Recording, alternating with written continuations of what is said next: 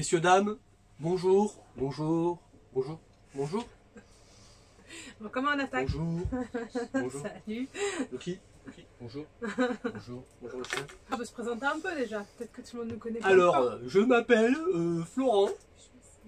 Flo et Fanny. J'ai toutes mes dents. Il y a Maë aussi, mais bon, c'est l'adolescence, donc on n'a pas trop envie d'être derrière Non, la caméra. derrière la caméra. Puis là, elle est en train de geeker, et d'ailleurs, on l'entend râler, voilà, parce qu'elle est, on elle est entend très l'oreille. mauvaise On perdante. entend un peu le chantier aussi. On entend les scies et les machins, les ponceuses. Et il y a Loulou aussi là-bas. Et Loulou, pour l'instant, il se planque. Ah, Donc, c'est nous, c'est nous. Fanny, Flo. On voulait un peu s'excuser, entre guillemets, hein, comment dire, Il n'y a plus de contenu. Il y a plus de contenu. Ah, depuis la fin d'année, on a mis nos dernières vidéos en fin d'année quand on est arrivé au Portugal. Et c'est vrai que depuis qu'on est au chantier, le contenu est plus maigrichon. Donc on est dans les petits travaux, les petits... Et puis on glandouille aussi pas mal. On a un peu décroché, il y a eu pas on mal fait l'école, ouais. Il y a eu pas mal d'emmerdements ces derniers temps. Avec les derniers, la fin d'année, fin octobre-novembre, on a été bloqué en Espagne, etc. Bah, du coup, c'est vrai que là, du coup, maintenant qu'on avait décidé de passer l'hiver ici, bon, ben, on est tranquillou, paisiblos, on se fait pas violence. Non. Surtout toi. Hein. Moi, je travaille un petit peu quand même, mais Fanny, pas du tout. Je fais des bijoux, moi. Fanny fait des bijoux, ouais, on peut pas tout faire. Donc, du coup, on est là pour faire la vidéo. On a noté FAQ, donc toutes les questions qui nous étaient remontées sur les vidéos, sur notre page Facebook, sur notre page Instagram, des différentes questions que vous étiez posées à notre sujet. Donc, on va vous répondre aujourd'hui avec cette FAQ, cette vidéo spéciale FAQ. C'est ça. Foire aux questions, quoi. Foire aux questions. Ça veut dire. Donc, on nous a demandé pourquoi des vidéos sur YouTube. On va commencer par ça. Pourquoi des vidéos sur YouTube? Ça c'est toi qui as mis les questions. Moi quand elle m'a mis la question, j'ai dit moi celle-là je sais pas y répondre. Hein. Alors si toi tu as la réponse, pourquoi vidéo sur YouTube? Moi j'ai pas la réponse. Déjà, avant de partir, qu'est-ce qu'on faisait? Rien. Avant d'acheter Maïna. Rien. T'es lourd. Et à la pêche. Avant d'acheter Maïna, on regardait des vidéos sur YouTube. Ah oui, ouais, c'est vrai. Donc c'est vrai que sympa ce qui de nous a partager beaucoup un peu, inspiré oui. pour le voyage avant de partir, c'est qu'on a regardé beaucoup de youtubeurs, youtubeurs qui faisaient les vidéos, donc poussés par le vent, Tabasco, etc. On regardait. C'est des gens qui nous ont beaucoup inspirés. Il y avait la famille canadienne là, sur leur Sense 50. Oui, il faut arrêter. Je me rappelle plus, ils sont partis sur 2 ans, ils étaient partis sur 2 ans. Enfin bref, c'est vrai qu'on était très inspirés par les vidéos des youtubeurs et qui nous ont donné pas l'envie, parce qu'on avait déjà l'envie. On avait déjà l'envie, mais on se dit, allez, on s'inspirait beaucoup d'eux pour... d'autres peuvent le faire, pourquoi pas nous en fait. S'il y en a qui le font, nous aussi on peut y arriver. Quoi. Donc on dit que si on peut partager ça et voilà, ils vont ressentir la même chose, et ben c'est nickel.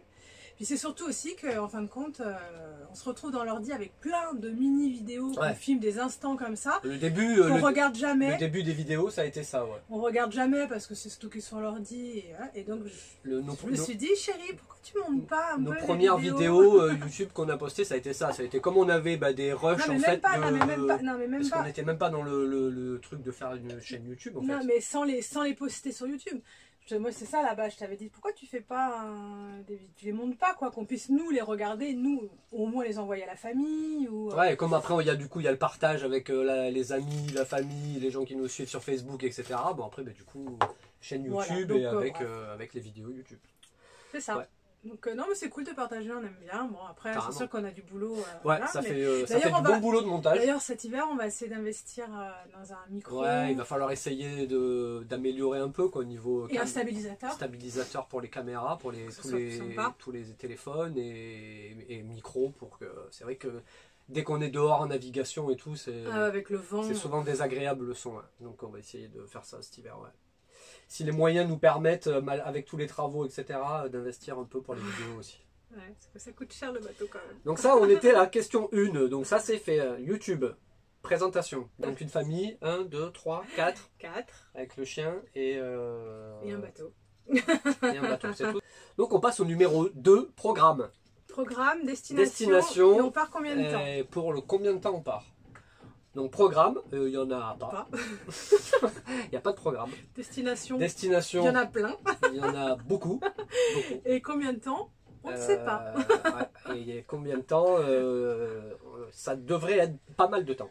Le programme, bah, évidemment, c'est de rejoindre le soleil, hein, surtout la chaleur. Dans un premier temps, descendre sur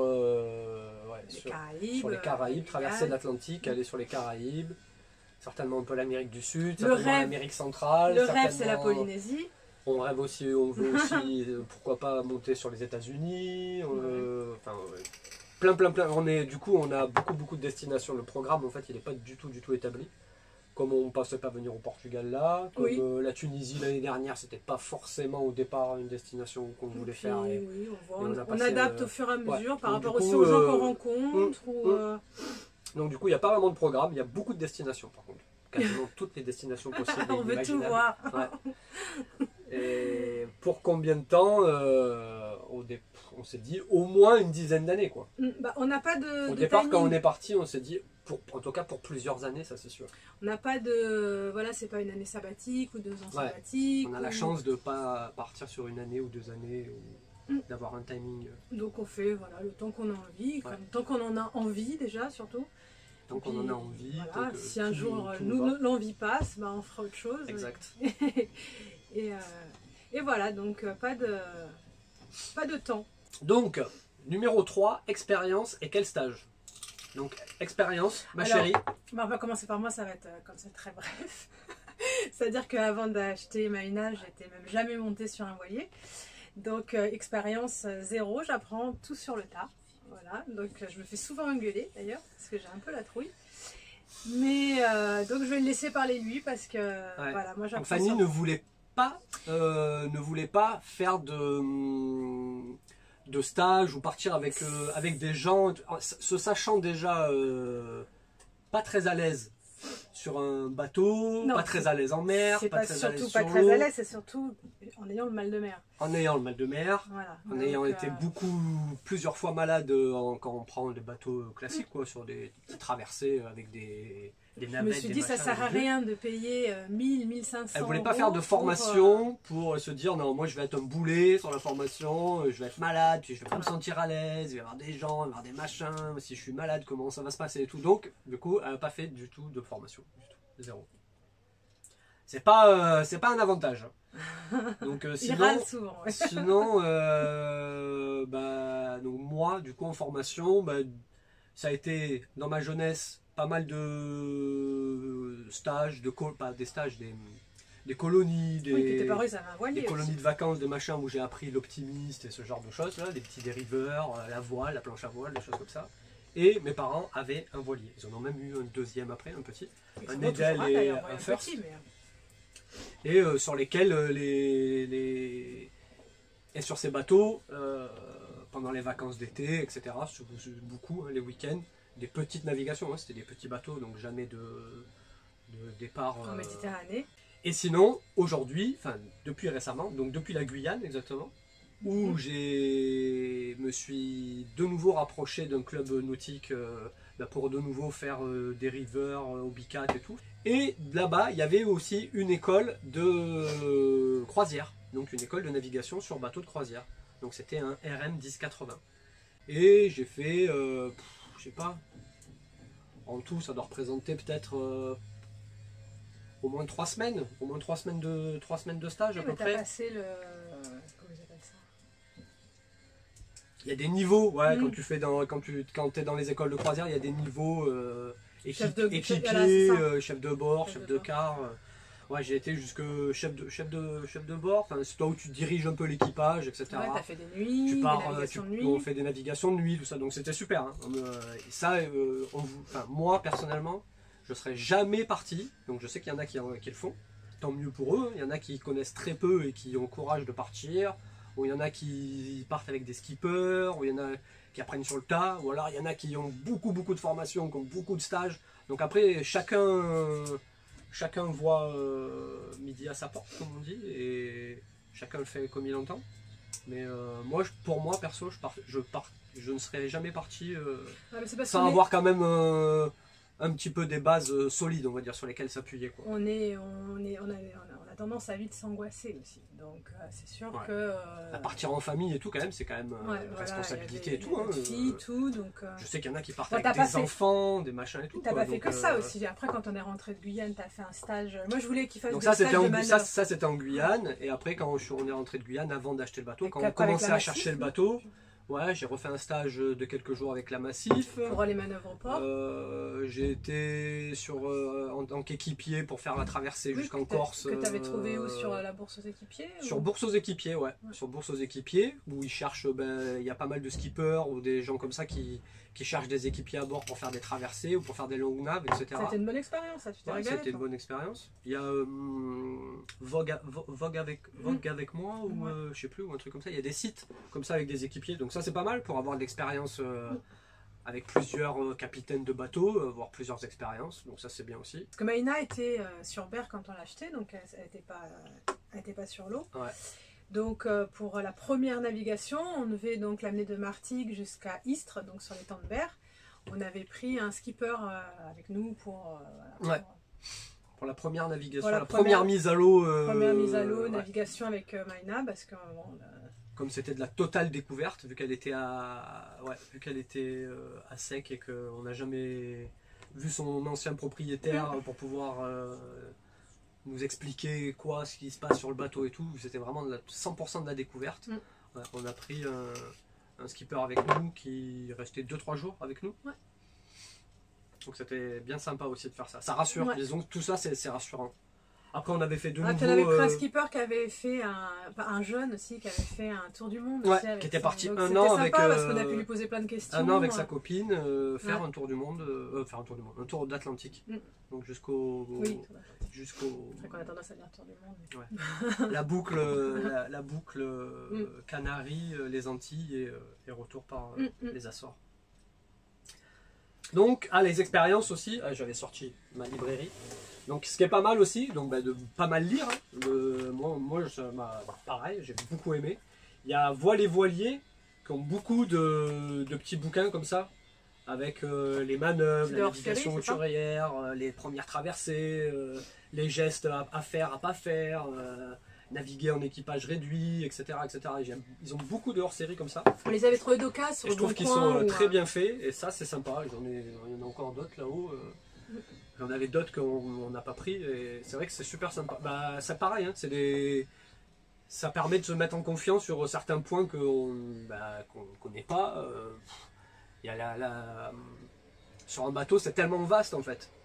Entre la navigation en elle-même, les voiles, entre comment gérer un équipage, comment gérer des quarts de nuit, comment gérer l'électronique, comment gérer la mécanique, c'est tellement vaste, c'est tellement varié, que c'est vrai que quand même, moi je sais que j'ai beaucoup aimé. Bon, après il y a la Bible, le cours des Glénans, donc là ça traite de tous les sujets sur un voilier, de l'entretien à la navigation, à l'électronique, pareil à la météo, à tout. Donc ça c'est la Bible.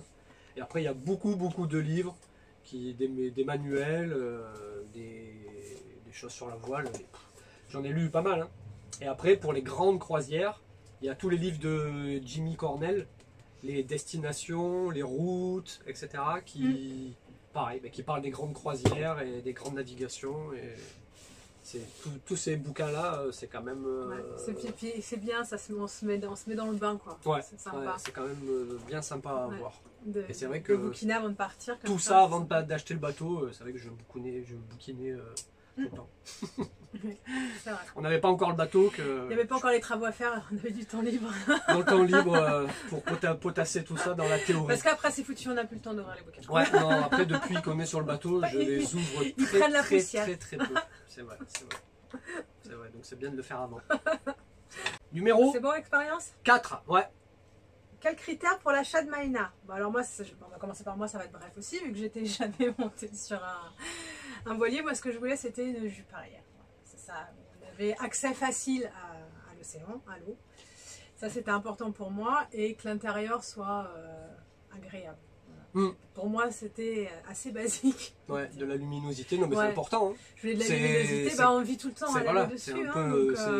C'est notre maison, donc... je voulais que ce soit lumineux. Il faut quand même... Et Maïna n'est pas très lumineuse. Si, je voulais que les passes avant soient quand même assez large. Ouais, c'est vrai qu'on a visité des bateaux qui permet d'aller du cockpit à l'avant. Qui étaient vraiment petits. Je trouve que pour circuler sur le bateau, c'est pas top top. Moi, ça c'était un critère pour moi aussi important. Bah après, il y avait le critère forcément. Et les critères financiers. Financiers, donc on ne pouvait pas nous se permettre d'aller dans des bateaux trop grands ou trop récents. Et on voulait faire un compromis. 40 000 € maximum. Pour pas prendre trop vieux. Et dans le trop vieux, c'est pas qu'ils sont mauvais, hein, c'est au contraire. Il y a des anciens bateaux qui sont très très bien et très très bons. Mais c'est souvent l'agencement et le confort, du coup, qui va en pâtir. Parce que par contre, niveau tarif, on peut trouver des super tarifs. Puis les vieux qu'on a visités, il y avait quand même pas mal de travaux à chaque fois. Par contre, ça donne beaucoup de boulot de rénovation. Mais après, il y a aussi un agencement qui est. Ouais, qui est différent. C'est vrai, quand on avait visité le Jouette là. Ouais. Je sais pas si c'est un vieux bateau ça. Un Jouette, c'était un vieux bateau. Ouais. Avec, alors fallait, quasiment, il fallait se mettre. Non, c'était pas celui-là, c'était un autre. Il fallait passer dans la cabine arrière, on passait quasiment avec très sombre, très sombre. Ouais, très sombre, tout était très noir. Bon, celui-là, Malina, on l'a éclairci un peu quand même. On a essayé de mettre pas mal de blanc, un peu partout. Mais l'autre, c'était vraiment. Des fois, on avait l'impression de rentrer dans des grottes. Un peu, sur les vieux bateaux, souvent, dans les vieux bateaux, ça fait un peu ça. Ça manque d'ouverture, ça manque de clarté. Et ça fait un peu austère, ça fait vraiment les vieux trucs de. Flibustier. Flibustier. Flibustier. Maïna est pas toute jeune non plus. Hein, elle est de 91. Donc ça, c'est les critères d'achat. Donc les critères d'achat, moi je voulais pas un bateau aux alentours des 12 mètres. Donc en fait, c'est pour affronter la mer. Hein. Dès qu'on passe dans un temps un peu soutenu, on a vite une mer qui se forme.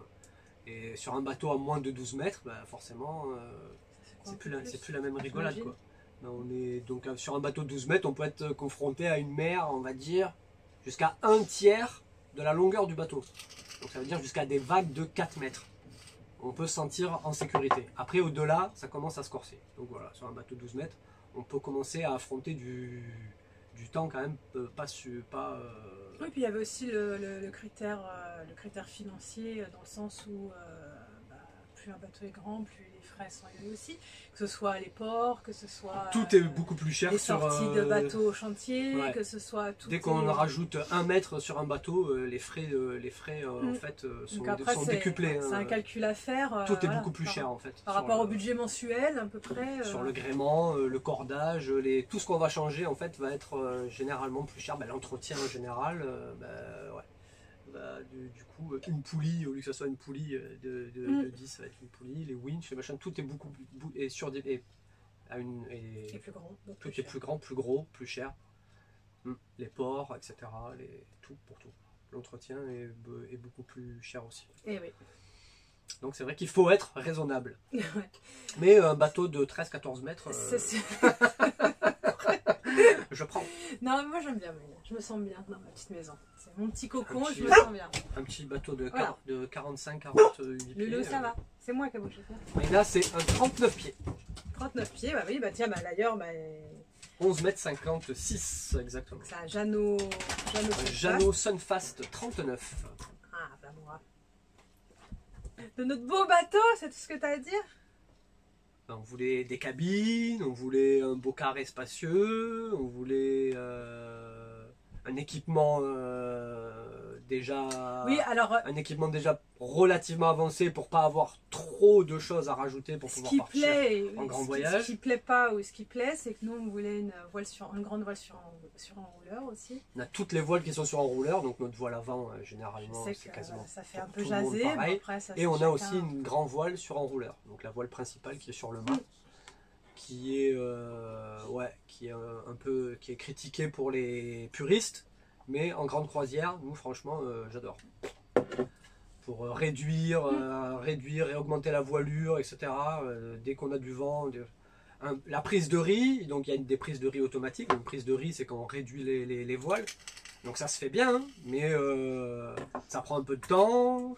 Il faut que l'équipage soit bien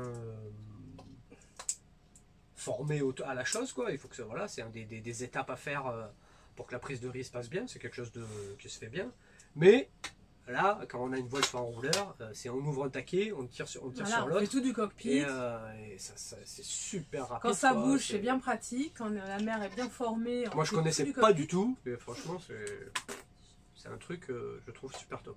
Pour faire de la grande croisière, on cherche pas à faire, même si on cherche toujours à essayer d'exploiter au mieux la vitesse du bateau par rapport au vent, etc. Mais on n'est pas non plus dans une course. Donc, pas avoir le profil vraiment optimum pour le vent et tout, c'est pas... Ouais, non, on se casse pas trop la tête avec ça. En grande croisière, on n'est pas du tout dans cette recherche, dans cette optique-là pour la voile. Pour nous, en tout cas. Oui, pour nous. Ça, c'est pareil. Nous, on aime bien y aller tranquille. Tout ce qu'on dit, c'est toujours pareil. C'est toujours pour nous. Après, il y en a qui vont... on force pas qui trop. vont faire des tours du monde en recherchant d'optimiser la voile, le machin et tout. Hein. Bien sûr, donc ça c'est chacun. C'est toujours des réponses pour nous. Hein. C'est jamais pour... Ce n'est pas universel. Ne croyez pas tout ce qu'on dit. On dit beaucoup de conneries. Le critère de l'achat de Maïna, voilà. C'était ça. Un beau bateau. Il fallait un beau bateau. Non, un bateau d'une douzaine de mètres qui a à peu près tout ce qu'il faut. À peu près. Moi, je l'aime beaucoup en tout cas. Ouais, après, on cherchait quand même un truc un peu équipé minimum avec un peu une autonomie en eau qui était... Mais bon, après, dès qu'on est dans des bateaux de douzaine de mètres, normalement, après, tout découle aussi quand même. Hein. Il y a forcément un peu plus d'autonomie en eau. Tu peux dire combien on a de flotte. Nous, on a 3... Par exemple, pour l'eau, il y avait 2 réservoirs d'eau, il y avait 300 litres. Et donc, nous, on a mis un 3e réservoir d'eau. Donc, on a presque 500 litres. On a 470 litres. Donc voilà, des choses comme ça qu'on a réaménagé, mais après c'est pareil pour l'électricité et tout ça, mais ça va venir après. Donc pour l'électronique, il y a un pilote auto. Un pilote auto sur vérin, ça c'est... on a un autre sur courroie, mais qui est de vieille génération. Mais ça par contre, un bon pilote auto, ça c'est essentiel. Un bon pilote auto, alors ça par contre, il y a un truc qu'il faut avoir... On n'a jamais de problème avec. Un truc qu'il faut avoir qui marche vraiment bien et qui est fiable, c'est le pilote automatique. Numéro 5. L'électricité en mer. Et par quel moyen on fait donner de l'électricité à... La question c'était est-ce que vous avez l'électricité quand Est-ce qu'on a de l'électricité quand on navigue et par quel moyen on a cette électricité. Donc sur Maïna, il y en a 2. C'est notre moteur, forcément, comme une voiture. Quand le moteur tourne, ça va produire, l'alternateur va produire de l'électricité et on va charger nos batteries. Okay. Donc on se sert quand même pas mal du moteur en navigation en Méditerranée depuis qu'on l'a. Maïna, je crois qu'on a fait quelque chose comme environ 3000 milles nautiques. Donc 3000, ça fait à peu près 5500 km, on va dire. Voilà, à peu près 5500 km depuis qu'on a Maïna. Et on a dû faire les 2 tiers au moteur. Oh, tu me déprimes en disant ça. Malheureusement. Malheureusement, on a dû faire en Méditerranée quasiment les... Je note tout sur les trucs, mais... J'ai beau essayer de faire remonter la voile, mais...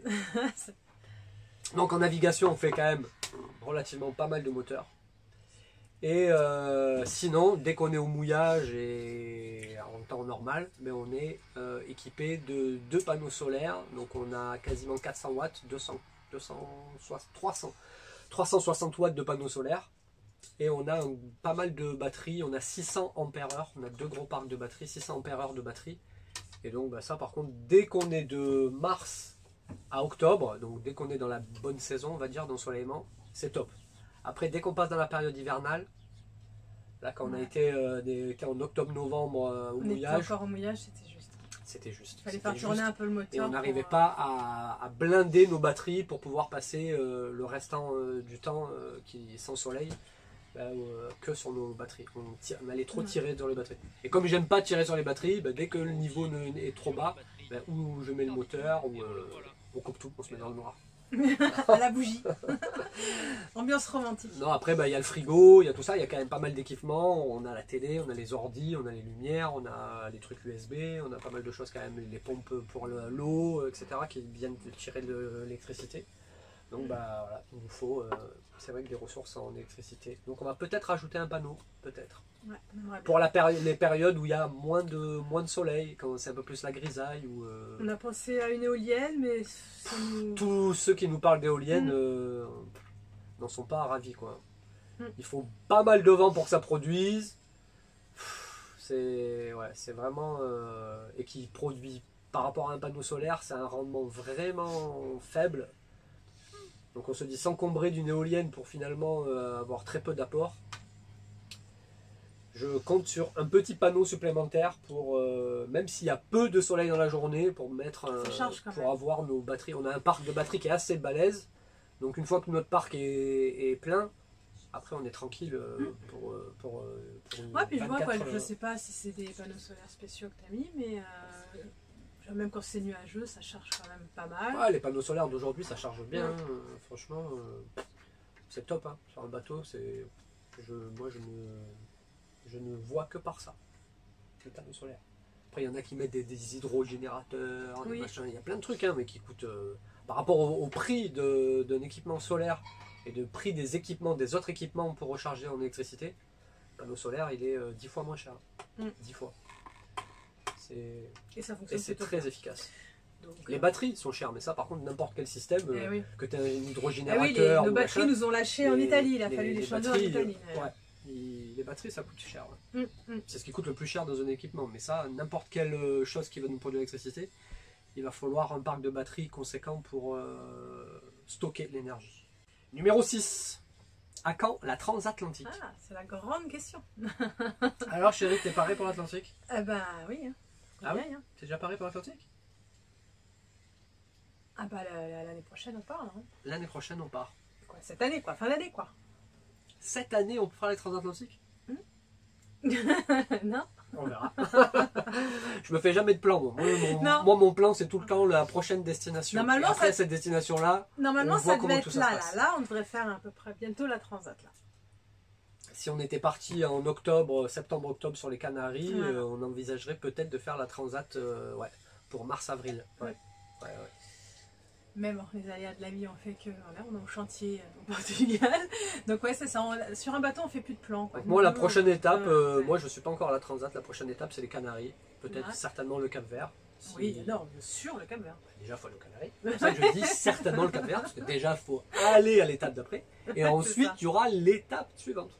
Donc, quand on aura fait les Canaries, puis peut-être le Cap-Vert, j'envisagerai la transatlantique. Mais oui, normalement, c'est l'année. Si tout va bien, prochain, si tout se passe bien, ça devrait être dans l'année qui vient.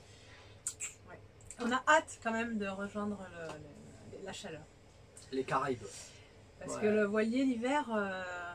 la Méditerranée, l'hiver, c'est pas génial. Hein. C'est un peu dur, c'est très humide, c'est... la Méditerranée ou n'importe quelle autre, tant que t'es pas aux Caraïbes... c'est ça. Ça manque de chaleur. Ouais, ça manque de chaleur. Alors, le numéro 7... Qu'est-ce que c'est que ça? Pas trop angoissé de faire de longues traversées. Pas trop angoissé de faire de longues traversées.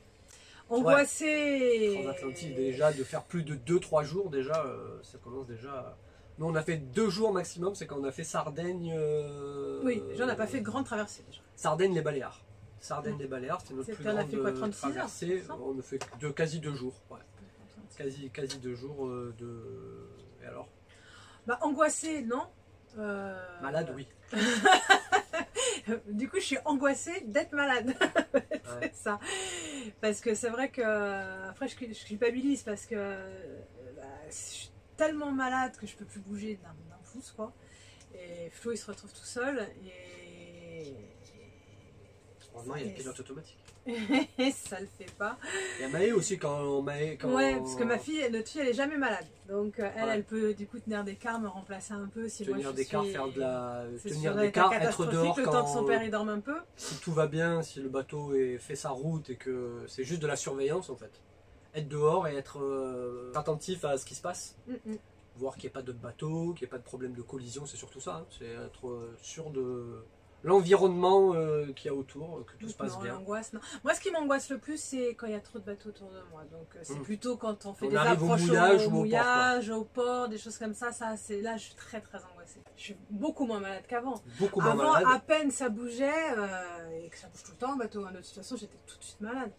Maintenant, il faut quand même que ça secoue bien, quoi, pour que je sois malade. Puis bon, je teste des médocs aussi, hein. Qui fonctionnent plutôt pas mal. J'avais Mer Calme qui fonctionnait pas mal, mais là j'en ai plus. Et du coup j'ai trouvé du Sturgeon en Espagne, donc j'en ai pris, que j'ai pas encore testé. Donc, je devais tester pour aller aux Canaries, mais je n'ai pas testé. Et voilà. Donc, sinon angoissée, non, au contraire, moi, plus je m'éloigne de la terre, mieux je me sens. En pleine mer. En pleine mer, ouais. J'aime pas trop être près des côtes, près d'autres bateaux, ça c'est... Ouais. Dès qu'il y a un bateau qui s'approche à moins de 1 mille, à moins de 2 km. Chérie, il y a un bateau, chérie, un bateau, chérie. C'est la panique.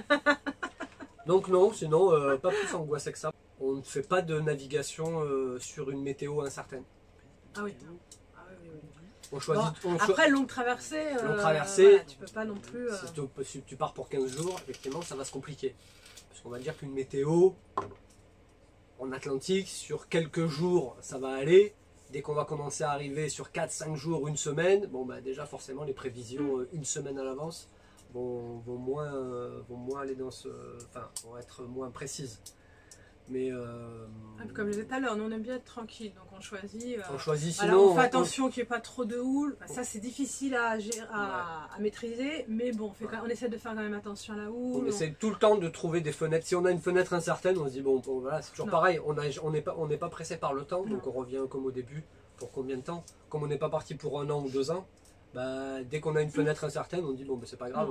On attend. On va attendre 48 heures, ça va passer, puis on prendra la prochaine. Et voilà. Donc, du coup, pour les fenêtres, bon après en transatlantique, forcément, ça va être différent. C'est plus long. C'est plus long. Tu peux moins maîtriser. Quand on fait par exemple une transatlantique, on a des vents qui sont établis, les alizés, qui s'établissent pour un temps donné. C'est vraiment des grandes périodes de vent qui sont données.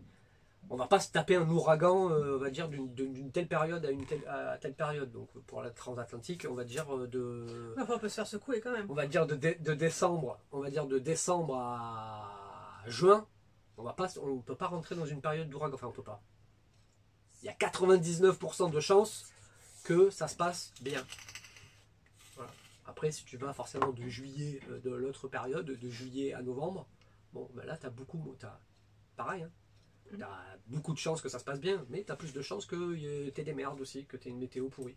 Donc après, chaque secteur, chaque période, chaque océan, chaque navigation voilà, va être soumis à un régime météo par rapport à la période dans laquelle tu navigues. Et voilà, on navigue bon, essentiellement. Sauf en Méditerranée. En Méditerranée, c'est n'importe quoi. Très compliqué. Ça change tout le temps. C'est jamais ce qui est prévu. On t'annonce du vent, t'en as pas du tout. Ou on t'annonce pas de vent, t'en as trop. C'est très changeant. T'as la houle, elle est croisée de tous les côtés. Enfin, c'est très changeant et très rapidement. Ouais. C'est pour ça qu'on a utilisé beaucoup de moteur. Parce qu'on s'attendait à avoir du vent, il n'y en avait pas. On part tout le temps sur des fenêtres relativement cool, et puis des fois c'est tellement cool qu'en fait on se retrouve sans rien. C'est ça. Oui, puis on s'est bien fait secouer quand même en Méditerranée aussi. Et après on se fait aussi des fois secouer. Enfin, il y a beaucoup de rafales. C'était là en Sardaigne, non, on s'est fait des rafales, mais c'est même... Sardaigne, moi je me suis fait peur. Sardaigne, Baléares, on a pris... Je me suis fait peur, d'ailleurs j'ai perdu le contrôle de Maïna. Ah, en Sardaigne, ouais. Quand il y a une rafale, là, elle m'a soufflé, elle m'a couché le bateau. Ouais, on était sur un truc tranquille, et puis en fait c'était que des moments comme ça, c'était relativement tranquille, et puis d'un coup ça montait. Et, ouais, et puis ça retombait dans les 10 minutes. Et puis ça revenait cool, ça descendait tellement que presque on allumait le moteur. Et ça repartait. Et moi, comme je m'y connais pas trop, j'ai voulu remonter, j'ai voulu mettre le bateau face au vent, sauf que je suis remontée T'as voulu remonter pas souvent, mais J'ai couché le bateau. le vent était tellement fort On était que t'as pas réussi à te mettre face au vent. C'était assez flippant quand même. Quand Donc t'es à la barre. On s'est bien couché. Ouais, j'étais comme ça après. Au lieu de se mettre du coup au portant. Oui. Maintenant je sais. J'en ferai pas deux fois la même connerie. Mais il y a tout qu'à voler dans le bateau. Enfin, c'était assez flippant. Mais ça, c'est vrai qu'en Méditerranée, il y a eu pas mal de petites surprises comme ça, sympathiques. Oui. Sans compter tous les amarres qu'on se prend et les filets qu'on se prend dans les hélices, mais ça c'est encore, je pense que c'est partout. C'est pas que en Méditerranée. Ouais, ça je pense que c'est partout. Ouais. Les filets de pêcheurs. Ouais. Ça c'est bien la galère. Les filets de pêche à éviter, pareil, ça faut être attentif. Donc de nuit, c'est le pire quoi. Donc on n'a pas fait énormément de navigation de nuit, on a fait quelques-unes, mais pas beaucoup, mais. Oui, c'est vrai qu'avec Loulou, nous on essaie de faire du cabotage. Quoi. Quand tu fais on navigue à la journée et le soir on s'arrête. Navigation sur plusieurs jours, de nuit, les filets de pêche et tout, c'est galère. Numéro 10. Je crois que cette question, elle est revenue 10 fois. Oui, Loulou, bravo! Tu m'as chié partout!